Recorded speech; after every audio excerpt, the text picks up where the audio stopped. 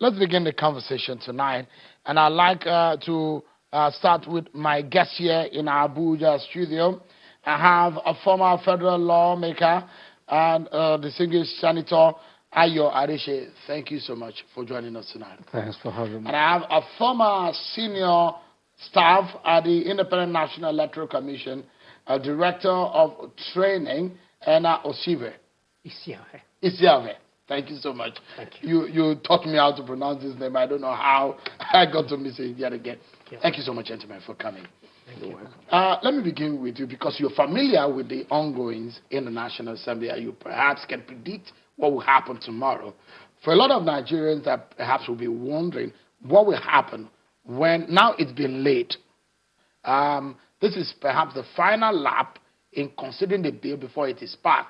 Then it will be transmitted to the president for his asset, right? Yes, basically, yeah.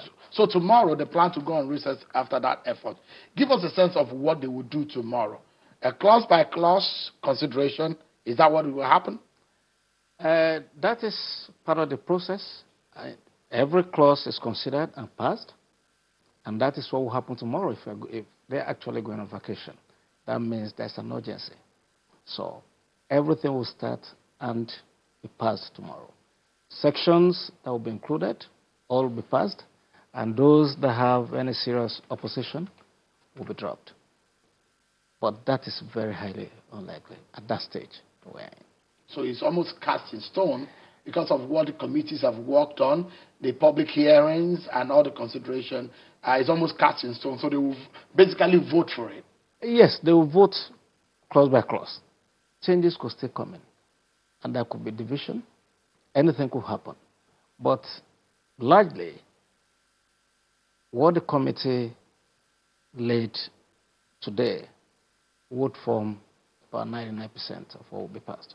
About 99%? Yes. So give us a sense of what would happen, because this is an instrument coming from the National Assembly, basically an act of the National of the Parliament. Yes. So it's being amended. It's not a new law, but there still will be an harmonization between the two chambers. The Green Chamber will do theirs, and the Red Chambers will do theirs. But when will the harmonization come? A special committee set up for that, or how does it often operate? Well, harmonization, if there are differences between what the House of Rep passed and what the Senate eventually passes tomorrow, then there will be a committee between the two houses, and they will look at the differences and harmonize where there are disagreements, and where they cannot resolve, they will drop the controversial clauses. So that is the procedure. Would they have to bring, if they harmonize, would they have to bring it back to the floor? Well, once it's harmonized, yes, it will come back for final passage, yeah, and transmission to Mr. President will follow thereafter. That's interesting. So you've given us the procedural, the institutions around how these laws are passed. Yes. So Nigerians have an understanding of what will happen tomorrow. Give us a sense of, as a former staff of INEC, you've risen to that level as a director in INEC. Give us a sense of some of the arguments that you've heard people talk about this bill, the issue of electronic transmission of result.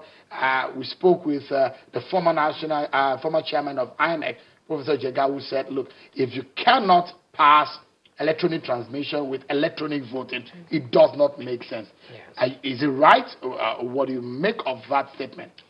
I think I agree totally with that statement from the chairman of the commission. Now, if you can pass a bill allowing electronic voting, and you now disallow electronic transmission of results, you haven't done anything. You really have not done anything. You have only said that we should go right back to our old methods of running elections. That's what you have said. That's what you have said in that case. Because okay, so please go ahead. Yes, the chairman of INEC is The former chairman, yeah, Professor Tyree Jega. The former chairman and the current chairman are absolutely in order to crave for electronic voting and electronic transmission of election results. It's very much in order. Anything outside that is going back to the dark ages, which Nigeria at the moment cannot afford. That's one of the touchy parts of this bill, Yes. which a lot of people were talking about. Yes. And there are other areas I would like us to touch on. But one of the arguments, because we had the chairman of the Senate committee, and their thinking, according to him, is that because of internet penetration and the issues of technology, and that's the reason. Interestingly, Nigeria has just about 50% internet penetration, and we know the issue of power in the country also. And when you are transmitting results, you will need power. You will need internet. Do you agree with those kind of debates or arguments? I don't. You see, those arguments are puerile. The arguments canvassed by those who don't want any improvement in our electoral process. They are those who really are afraid of technology in elections. That's my opinion. So, I mean, what will electronic transmission do for our election? Will it stop rigging? To a large extent, yes, it will. To a large extent. Because we do know that after the polls and preliminary election results have been obtained from the polling stations, we do know that such results are often tampered with between the polling stations and the collation centers, especially the ward collation centers. Electronic transmission of election results will make that, in fact, will frustrate, any attempt to tamper with election results coming from the polls at the polling stations, between the polling stations and the ward collation centers. So when election results are transmitted electronically, especially the way that was done in Edo State last year and Ogun State, in Ondo State, in the last governorship elections in those two states. The election portal, result portal. The election result portal. Where from EC8A, the statement, the statement of election results at the polls are being captured and transmitted live. Yeah, and people can monitor. And people can see. Although, and monitor. we were told that they were not used, but they are being tested. It was, but people could monitor. That's right. So you think that everybody could monitor? Stakeholders who are interested will primarily be in a position to see the election results. All right. I mean, you have administered elections. You're speaking from a technical point of view. Yes, sir. Let's ask the man who has been a politician. I mean, who is a politician and who knows the ways of politicians, Senator Arishi. Why would anybody be afraid of electronic transmission of results? Or why should anybody be afraid? It's typically the fear of the unknown. Ordinarily, it's the best way to go. There should be no reason for any apprehension. We thought when they introduced the GSM phone that the illiterates will never be able to use them. We've been proven wrong. So there is really nothing that is so difficult or that is rocket science in voting electronically and transmitting the same. Now, the issue of power.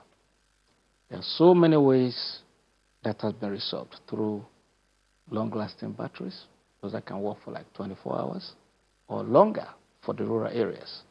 And internet, basically, the whole country is more or less covered. Because if you have...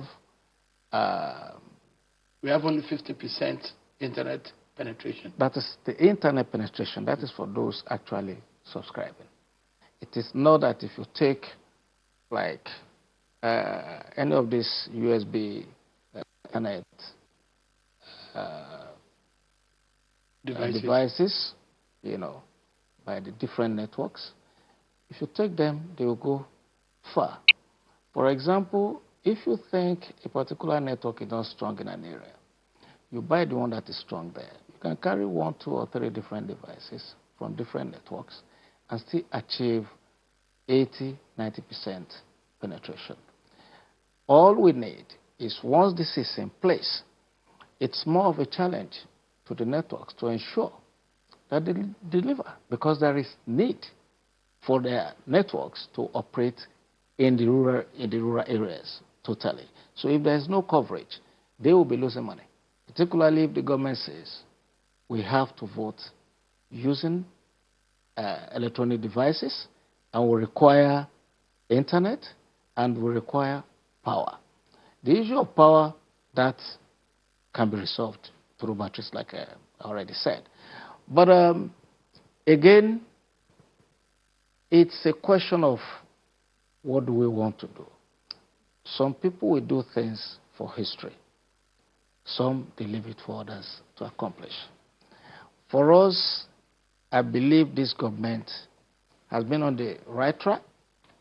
I mean, if you look at what has been done in terms of registration and the effort of the government to get Nigerians to be known that these are Nigerians through the National Identity Commission, I believe this government can do anything that they want to do in the interest of this country. I have no doubt. And I know that this government of Buhari wants to leave a good legacy for this country. Why do we want to allow this opportunity to slip by and someone else will do? Because it's inevitable. Even if we want to remain the way we were, 20, 40, 50 years ago, it is no longer possible, because the younger generation are completely restless. And opportunities that we have, they will continue to demand, and somebody will still have to do it. So I believe, without speculating on what will happen tomorrow, because I have not seen what is contained in the amendment, I believe the senators and the National Assembly as a whole, under the leadership of Lawan and Gbajabiamila, they want to leave a date with history, and I'm sure they will do what is right. So let's look at it, because it's perhaps one of the major issues that everybody is asking for. Give us electronic transmission of result, or else, you have watered down the Electoral Act amendment. Well, let me come to you, because you are a technical person, and during the 2015 election, basically, there were arguments about the use of the card reader machine, and the issue of internet penetration also came to the fore at the time, and people were asking the same question. Now, look, what happens to those areas where you cannot find network? I remember the argument at that time to defend the card reader machine was that you can upload on it manually, pending the time you will walk into an area covered by network. For the transmission of results, can that also work? Can that argument or that technical coverage be sufficient or suffice for transmission of results? You see, at that time, the card reader, the smart card reader, was designed for, as it were, electronic accreditation of voters. It was designed for that purpose, and not really designed for the transmission of results, as it were. And largely, the smart card reader was applicable in large expanse of area within the country. I do not recall any region of the country, even at remote locations, on remote localities, the smart card readers worked. And they worked effectively, where those in charge, those in charge, the electoral personnel, where they wanted the card reader, both the electoral personnel and other stakeholders, the contestants especially, the politicians, where they wanted the smart card reader to work, it worked. And those areas, relatively few, where the smart card reader did not work, were those areas where that device was, as it were, programmed not to work or disturbed from working efficiently by those stakeholders who had other force in line. Otherwise, the smart card reader functioned effectively. And provisions were made where they had problems for immediate replacement. But what did we find? Politicians manipulated the process such that they virtually forced the presiding officers and other electoral personnel who were to handle this device, forced them to do otherwise. And so we had situations where the smart card reader was said not to perform or not to have performed efficiently. That wasn't true. It was a deliberate ploy of those who didn't want the smart card reader to function effectively in their localities. It was in those localities that the smart card reader did not function effectively. So at the time there were manual backups because that was what INEC said. So if it doesn't work, they revert to the manual accreditation process. But even then, you recall that INEC had said at the time, if the smart card reader failed, if a smart card reader failed and it was replaced and the replacement still failed, election should be postponed to the next day. That was the situation at that time. Yeah. Even though, yes, there were still manual provisions that could tally along with the electronic provisions of the smart card reader. But you feel that our elections have improved? They have certainly improved. The smart card reader is a little wonder to our elections. It has made our elections very different from the way they used to be run. Yes. So one area that perhaps another very interesting angle in this conversation is the cost of campaign, the campaign expenses. And we understand now that there are proposals that for the presidential campaign, for example, it will be jacked up from 1 billion to 15 billion. For you, Senator, does that make sense? I think legislating that might not really be totally effective. We had a similar experience in 2010 when we pegged the expenditure of respective offices. Those second offices, how much they can spend and how much can be donated to them. That never worked. So why would anybody bother if it is 1 billion or it's 15 billion? It still means you must be very, very wealthy to partake. And so the issue of whether it is 15 billion today, we have to consider the fact that the exchange rate continues to fluctuate and it's not going down. So the cost in literary terms will continue to increase. But before I complete that, in terms of the issue of electronic voting, whether it can be preloaded. Not preloaded with votes, but when you vote on an electronic voting machine, for example, the record is stored there. And all we need to do is the issue of rights. Who can alter? Who can change? Is it locked immediately 6 p.m. or 7 p.m.? It's locked and you can no longer vote on it. And the fact that the same equipment, if there is no immediate data transmission, stores the record of all the votes in there. And when you get to a place where you have data, you can always upload. And that should not be more than maybe 15, 20 minutes interval. But there will be no room for anyone to manipulate it. It's a question of the design and the solution, what we are trying to achieve. We know the challenges we have, and we know the kind of people that we are. So we have to work and design a situation that is almost, it can't be perfect because there are people with brains constantly working on how to abuse some of these systems. But we can get a solution that will work for us. And if there is any abuse detected, then we legislate again or correct whatever the anomalies are. We're never going to get a 100% solution from this simple electoral act.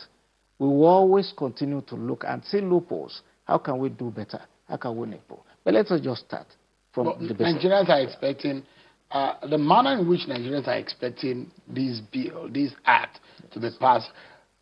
For me, in fact, the conversation I'm hearing about the Electoral Act Amendment Bill is such that after the passage, it's going to dramatically change our elections.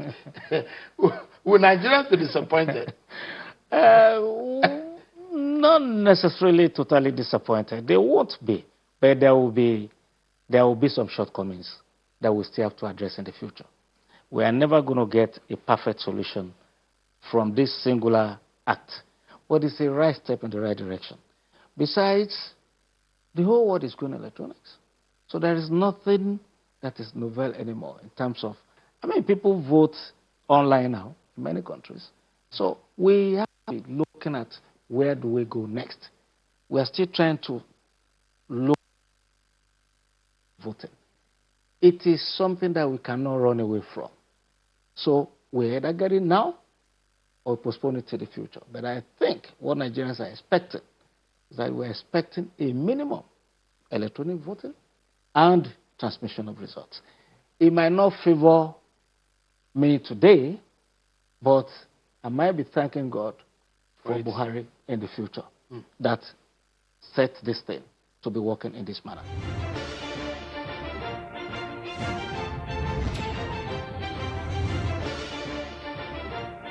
Thank you so much, everyone, for staying with us. I saw a quite interesting post on the social media recently where someone said, elections are not won on social media. Elections are won at a polling unit. It's telling people that they should go and register. And when the time comes to vote, they shouldn't sit at home and expect the best. They should actually go out there. The process of getting our elections to that level we want has started.